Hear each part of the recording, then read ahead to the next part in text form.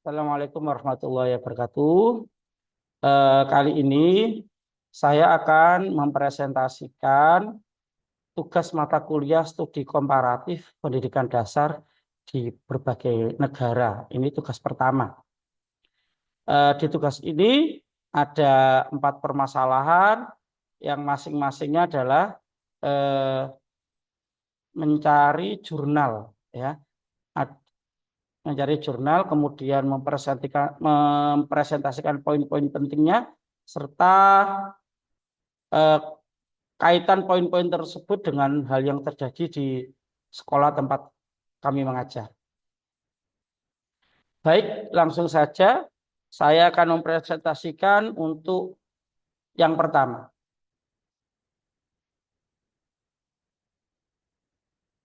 yaitu tentang jurnal yang terindeks Sinta eh, tentang isunya, yaitu tentang sosial politik dan sosial budaya. Nah, eh, untuk tugas tersebut saya menemukan satu jurnal yang ditulis oleh Sugiharto dan kawan-kawan ini yang berjudul Dampak Globalisasi Terhadap Perkembangan Sosial dan Kultural Siswa Sekolah Dasar. Ini diterbitkan oleh Jurnal Gentala Pendidikan Dasar, di mana eh, jurnal ini terindeks Sinta 4, ya. Indeks jurnalnya adalah Sinta 4.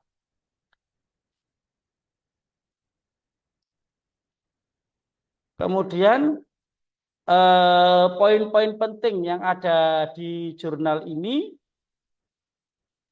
yang pertama adalah tujuan penelitiannya, yaitu meneliti pengaruh globalisasi pada perkembangan sosial dan kultural siswa di UPT SPF SDN 101990 Bangun Purba dengan fokus pada perubahan perilaku, nilai-nilai, dan identitas kultural. Kemudian untuk metode penelitiannya, yaitu pendekatan kualitatif dengan metode wawancara mendalam, observasi partisipatif, dan analisis dokumen. Sumber data, yang pertama data primernya berupa wawancara dengan guru, siswa, dan orang tua. Kemudian data sekundernya berupa dokumen sekolah dan literatur. Lokasi penelitiannya di UPT SPF SDN 101990 Bangun Purba, Kabupaten Deli Serdang, Sumatera Utara. Teknik analisis yang digunakan menggunakan analisis tematik untuk mengidentifikasi pola dan tema dari data yang dikumpulkan. Kemudian kita menginjak pada hasil penelitiannya. Hasil penelitiannya yang ada 4 poin mungkin yang bisa saya garis bawahi, yaitu peningkatan akses pengetahuan dan informasi, yaitu siswa memanfaatkan teknologi internet dan gadget untuk belajar mandiri dan kreatif.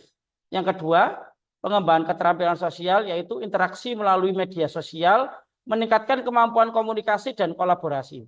Yang ketiga, pengayaan budaya dan toleransi, yakni paparan budaya global melalui media itu memperkaya pemahaman keragaman budaya dan menumbuhkan sikap toleransi. Yang keempat, kesadaran lingkungan dan sosial, yakni siswa lebih sadar akan isu global, yakni tentang lingkungan dan HAM, dan berpartisipasi dalam kegiatan sosial.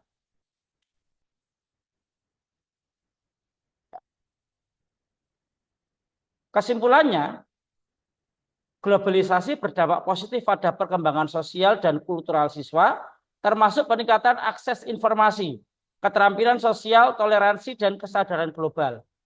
Penelitian ini juga mendukung teori konstruktivisme, pembelajaran sosial, dan kontak antar budaya. Selain itu, implikasi dari penelitian ini adalah perlunya integrasi teknologi dalam pembelajaran, program kolaboratif, dan kurikulum yang mengajarkan keragaman budaya serta isu global. Dengan demikian, artikel ini memberikan analisis komprehensif tentang bagaimana globalisasi mempengaruhi siswa sekolah dasar, baik secara positif maupun dalam konteks pengelolaannya di dunia pendidikan. Nah, sedangkan kaitan poin-poin penting tersebut yang ada dalam artikel dengan hal yang terjadi di sekolah tempat saya mengajar, yakni SD Sekolah Alam Ihsan Mulia Surabaya adalah saya melihat dampak globalisasi pada siswa kami itu mirip dengan temuan penelitian yang ada di Bangun Purba. Siswa di Surabaya yang terpapar teknologi tinggi aktif menggunakan internet untuk belajar mandiri dan proyek kreatif, seperti eksplorasi lingkungan melalui platform digital. Hal ini sejalan dengan teori konstruktivisme Piaget. Kami mengarahkan penggunaan gadget untuk mendukung pembelajaran berbasis alam sambil meminimalkan dampak negatifnya. Keterampilan sosial siswa berkembang pesat melalui kolaborasi dalam proyek seperti Green Warriors dan interaksi lintas budaya, baik langsung maupun virtual, sesuai teori pembelajaran sosial Bandura. Surabaya yang multikultural memperkaya pemahaman siswa tentang keragaman, sementara program seperti pertukaran budaya virtual memperkuat toleransi, seperti teori Allport. Kesadaran lingkungan siswa terlihat dari partisipasi dalam urban farming dan daur ulang, didukung oleh program Surabaya Eco School yang dicanangkan oleh pemerintah daerah Surabaya, Pemkot Surabaya. Tantangan kami adalah menyeimbangkan budaya global dengan nilai-nilai lokal, seperti kegiatan pasar budaya yang memadukan tradisi Jawa dengan modernitas. Dari penelitian ini, kami belajar untuk memperkuat pendekatan berbasis proyek, kolaborasi teknologi, dan integrasi isu global dalam kurikulum berbasis alam melalui kegiatan SDGs dan Adiwiyata.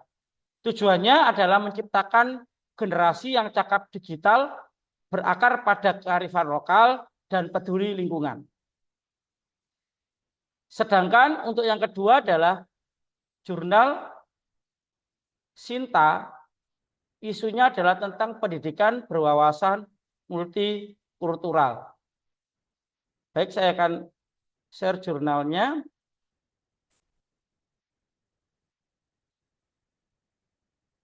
Oke, sebentar. Jurnalnya adalah ini.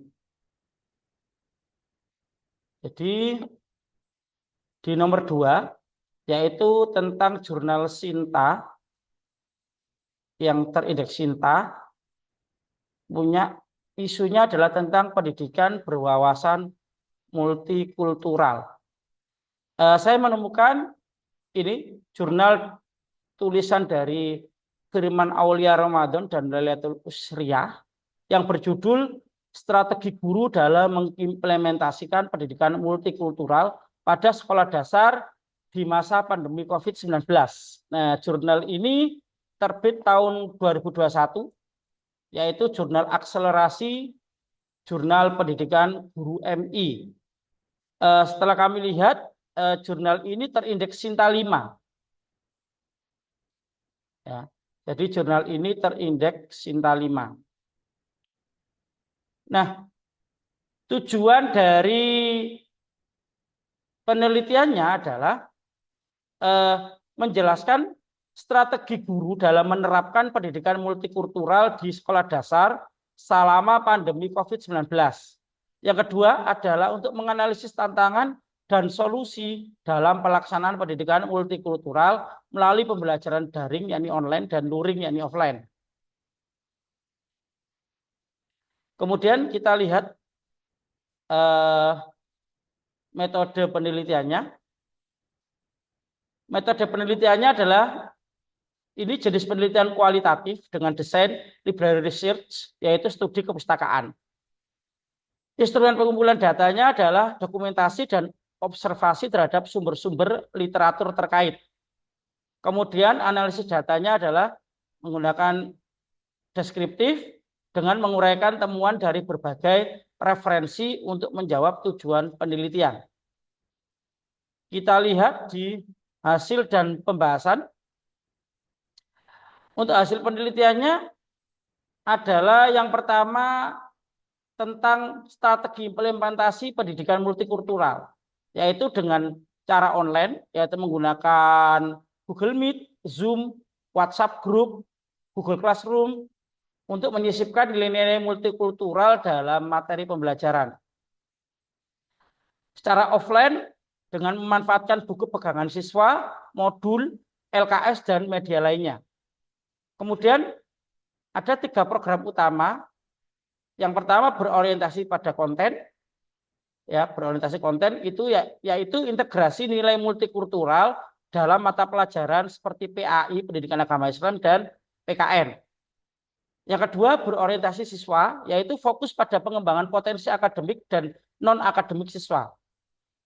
Yang ketiga adalah berorientasi sosial, yaitu kegiatan yang melibatkan interaksi sosial untuk meningkatkan toleransi. Tantangannya adalah keterbatasan kuota internet, sinyalnya tidak stabil karena ada beberapa daerah terpencil, dan kesulitan penilaian pembelajaran praktek. Yang kedua tantangannya adalah perubahan gaya belajar siswa selama pandemi. Itu anak-anak sangat berubah sekali gaya belajarnya. Sedangkan solusinya adalah kombinasi pembelajaran daring dan luring, kemudian bantuan kuota internet dari pemerintah, yaitu Peraturan Sekjen Nomor 2020, dan kolaborasi dengan pihak swasta untuk memperluas jaringan internet.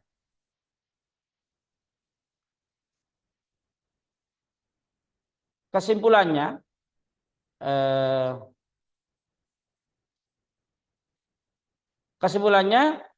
pendidikan multikultural itu telah terintegrasi dalam kurikulum 2013, terutama melalui mata pelajaran PAI dan PKN.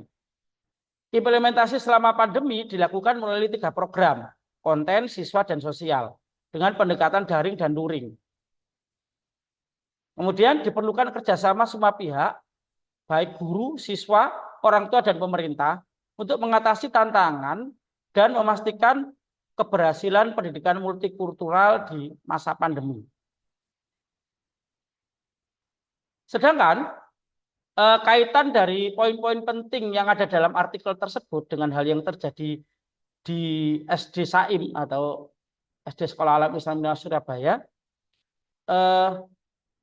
kami juga mengimplementasikan pendidikan multikultural selama pandemi dengan pendekatan hybrid learning, yaitu menggabungkan Zoom, Google Classroom, dan luring menggunakan modul dan LKS berbasis proyek. Surabaya yang multikultural menjadi konteks ideal, seperti mengintegrasikan kearifan lokal, tari remo, legenda Joko Dolok dalam pembelajaran tematik untuk mengajarkan toleransi. Program berorientasi siswa dilakukan melalui proyek kolaboratif antar kelompok, seperti urban farming. Sementara program sosial melibatkan virtual field trip ke tempat ibadah multireligi atau webinar dengan komunitas Arek Lancor. Ini komunitas dari Pamekasan, Madura. Tantangan seperti kesenjangan digital diatasi dengan bantuan perangkat belajar dan program Surabaya Belajar dari pemerintah. Pembelajaran berpusat pada siswa, yaitu Student Center, dikembangkan melalui eksplorasi lingkungan dan budaya urban Surabaya, memanfaatkan ruang terbuka di sekolah kami, sekolah alam, untuk kegiatan praktik. Kemudian nilai kultural juga ditanamkan mulai diskusi tentang keragaman makanan tradisional atau permainan daerah. Kolaborasi dengan orang tua dan komunitas lokal menjadi kunci keberhasilan, memastikan pendidikan multikultural tetap hidup meski di masa pandemi. Sejalan dengan visi sekolah yang menghargai kebinekaan dan kelestarian alam, maka pendidikan multikultural ini harus tetap berlanjut.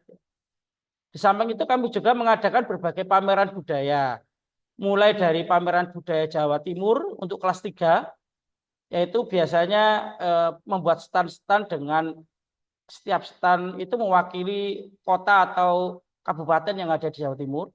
Kemudian pameran budaya Nusantara kelas 4, setiap stand-stand yang ada di pameran tersebut itu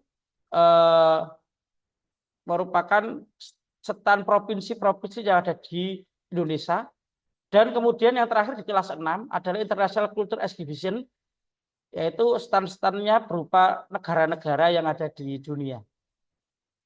Selain stand-stand yang ditampilkan di situ, juga kami menampilkan beberapa tarian tradisional atau tarian internasional, bahkan juga beberapa lagu, dan mereka semua menggunakan pakaian adat atau pakaian khas dari negara masing-masing atau daerah masing-masing yang dipamerkan.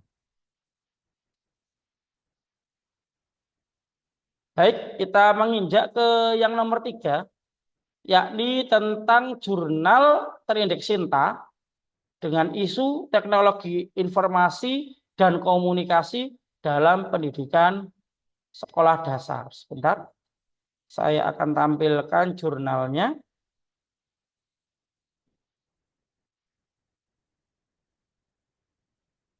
Ini.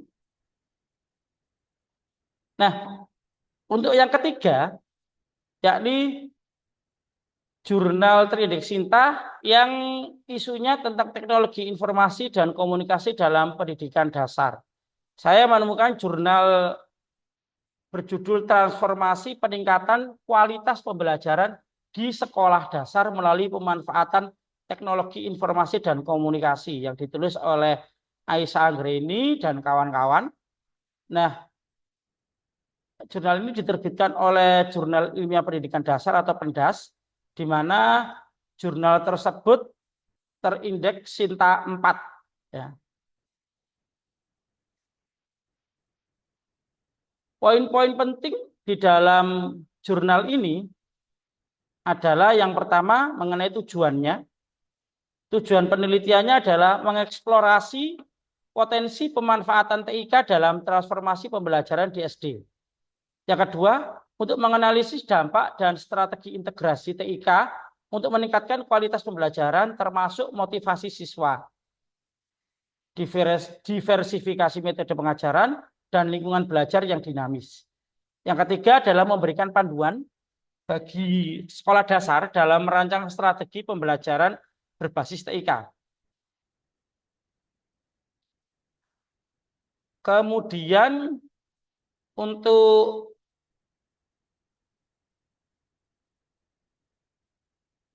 metode penelitiannya,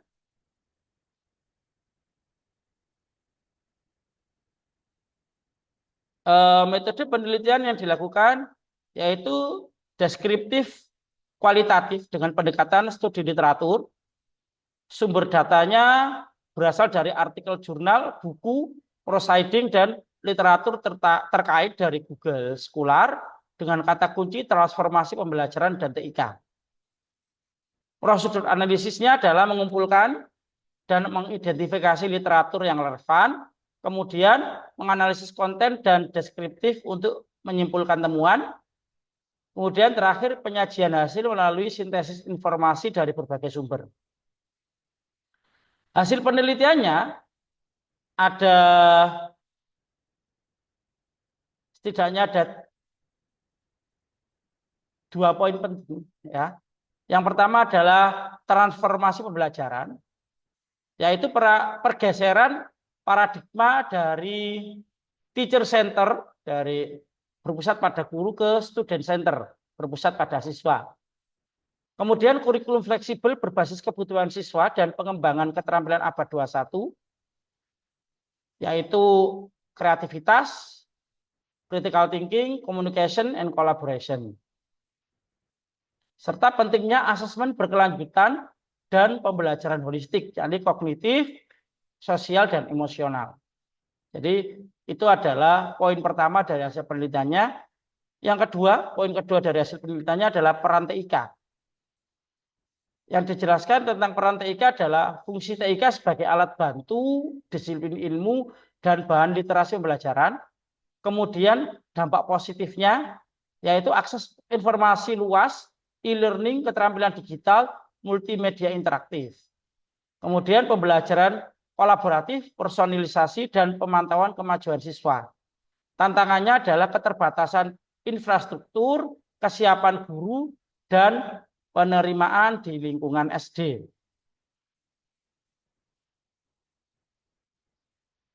Kemudian kita lihat kesimpulannya.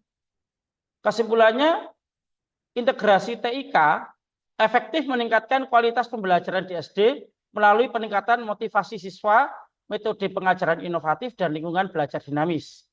Rekomendasinya yaitu pelatihan guru dalam pemanfaatan TIK, penyediaan infrastruktur TIK yang memadai, dan integrasi ke dalam kurikulum SD secara sistematis. Kesimpulan terakhir yaitu TIK menjadi pilar transformasi pendidikan untuk menjawab tantangan abad ke-21. Jadi itu adalah poin-poin penting yang ada pada jurnal ini. Sedangkan kaitan poin-poin yang ada di dalam artikel dengan yang terjadi di tempat kami, yaitu SD Saim, itu banyak poin-poin dalam artikel tersebut yang sesuai, terutama dengan Surabaya sebagai kota metropolitan yang terus berkembang dengan teknologi untuk mendukung integrasi TIK di sekolah. Di SD Saim, kami sudah mulai menerapkan pembelajaran berbasis TIK seperti penggunaan proyektor, TV, Google TV, kemudian laptop, dan platform digital seperti Google Classroom dan lainnya. Namun tantangan seperti kesiapan guru dan infrastruktur masih ada, terutama dalam hal konektivitas internet yang stabil di beberapa area. Jadi kalau kami itu kan menggunakan internet satelit, biasanya terjadi ketidakstabilan jika ada hujan. Ya. Jadi ketika kondisi cuacanya tidak mendukung, biasanya internetnya tidak stabil.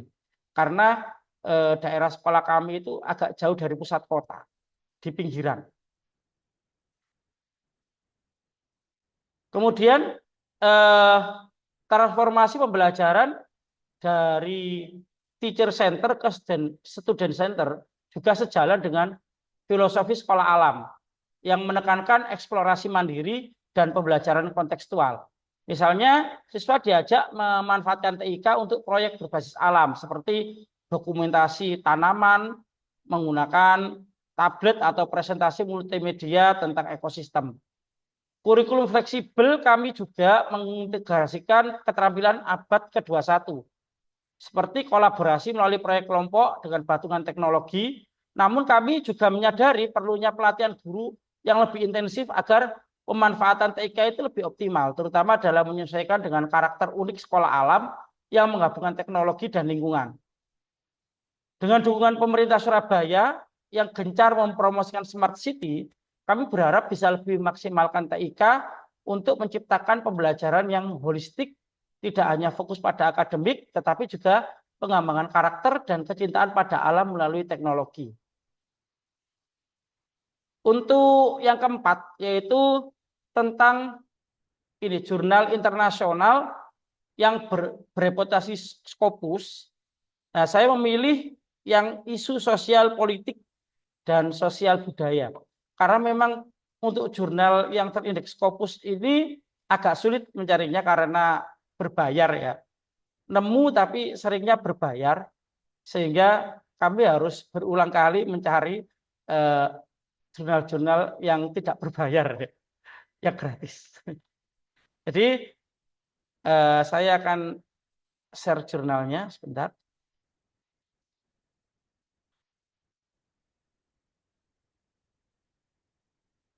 Ini jurnalnya, oke, bisa dilihat, oke. Jadi jurnal ini berjudul Well Understood, a Literary Study Defining and Operationalizing Community Social Sustainability. Nah, jurnal ini ditulis oleh Hofstad di tahun 2023.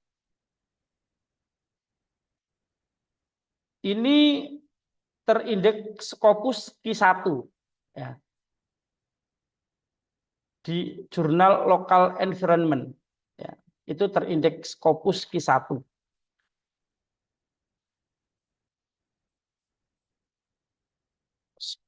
Untuk poin-poin penting yang ada di jurnal ini, yang pertama adalah tentang tujuan penelitiannya. Tujuan penelitiannya adalah mengidentifikasi definisi dan operasionalisasi keberlanjutan sosial komunitas, yaitu community social sustainability dalam konteks lokal.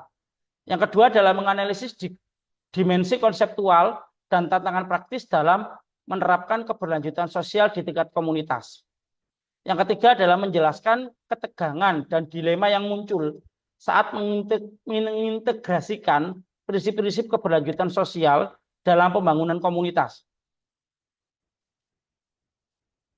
Kalau kita lihat di jurnal ini, di latar belakang masalahnya, yaitu adalah ada 3 poin. Yang pertama adalah keberlanjutan sosial sebelumnya diabaikan dalam pembangunan perkotaan, tetapi kini mendapatkan perhatian karena dampak perubahan iklim dan Sustainable Development Goals PBB, SDGs PBB. Yang kedua adalah konsep keberlanjutan sosial sering dianggap kacau dan tidak terdefinisi dengan jelas, sehingga menyulitkan implementasi dalam kebijakan dan praktek. Yang ketiga, tingkat komunitas menjadi fokus penting karena kota menyumbang 55% populasi global, 85% PDB, dan 75% emisi gas rumah kaca. Kita lihat lagi untuk metode penelitiannya adalah sesuai yang diminta, yaitu metode penelitian menggunakan studi literatur yang sistematis. Prosesnya melibatkan analisis terhadap publikasi ilmiah, peer review yang diterbitkan antara tahun 2010 hingga tahun 2020. Dengan fokus pada pembahasan keberlanjutan sosial dalam konteks komunitas fisik material. Beberapa kriteria inklusi diterapkan dalam pemilihan literatur. Pertama, studi ini membatasi fokus geografis pada global north, ya, daerah utara, ya, dengan penekanan khusus pada wilayah Skandinavia dan Eropa Utara. Kedua, bahasa publikasi yang dipertimbangkan adalah bahasa Inggris, Norwegia, Swedia, atau Denmark. Ketiga, artikel yang dipilih harus memiliki tautan yang eksplisit antara konsep keberlanjutan sosial dan konteks komunitas. Proses evaluasi literatur dilakukan melalui beberapa tahap. Awalnya ada 2.142 artikel disaring, menghasilkan 468 artikel. Selanjutnya pemilihan dilakukan berdasarkan relevansi topik yang kemudian mengerucutkan jumlah artikel menjadi 202. Kemudian masukan dari praktisi yaitu pejabat kota lebih lanjut mempersempit fokus menjadi 108 artikel. Akhirnya melalui evaluasi akhir terpilihnya 50 artikel yang dianggap paling relevan untuk analisis mendalam dalam studi ini.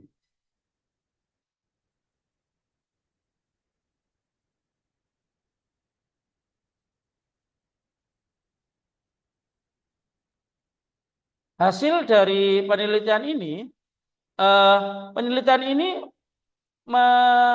mengidentifikasi dimensi konseptual keberlanjutan sosial komunitas melalui akses adil dan keberlanjutan komunitas lokal, modal sosial, jaringan, stabilitas, identitas, dan keamanan. 3 elemen operasionalisasinya adalah keberlanjutan lingkungan yang adil, tata kelola komunitas yang adil atau inklusivitas, dan keberlanjutan lingkungan komunitas, yakni nilai dan praktik.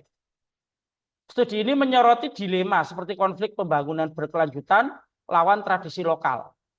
Tantangan inklusi sosial yaitu hindari eksklusi minoritas dan potensi gentrifikasi yaitu proses di mana suatu area perkotaan yang sebelumnya dihuni oleh penduduk yang berpenghasilan rendah menjadi mengalami perubahan signifikan akibat masuknya individu atau kelompok berpenghasilan tinggi. Jadi potensi gentrifikasi ini sebagai dampak negatif pembangunan.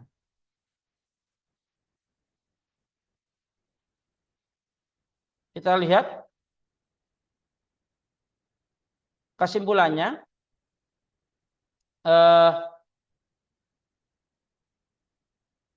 ada 3 poin. Yang pertama, keberlanjutan sosial komunitas adalah fenomena dinamis dan kontestasi dengan tantangan dalam merekonsiliasi kepentingan yang bersaing. Yang kedua, perlunya penelitian lebih lanjut tentang mekanisme tata kelola yang mengintegrasikan keadilan sosial, keseimbangan antara transformasi berkelanjutan dan nilai-nilai komunitas, keadilan antar generasi sebagai aspek yang kurang dieksplorasi. Poin ketiga adalah keterbatasan penelitian adalah kurangnya kontribusi dari ilmu politik dalam memahami tata kelola keberlanjutan sosial.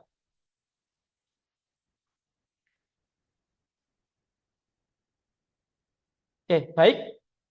Itu yang bisa saya sampaikan mengenai jawaban tugas 1 mata kuliah studi komparatif pendidikan dasar di berbagai negara.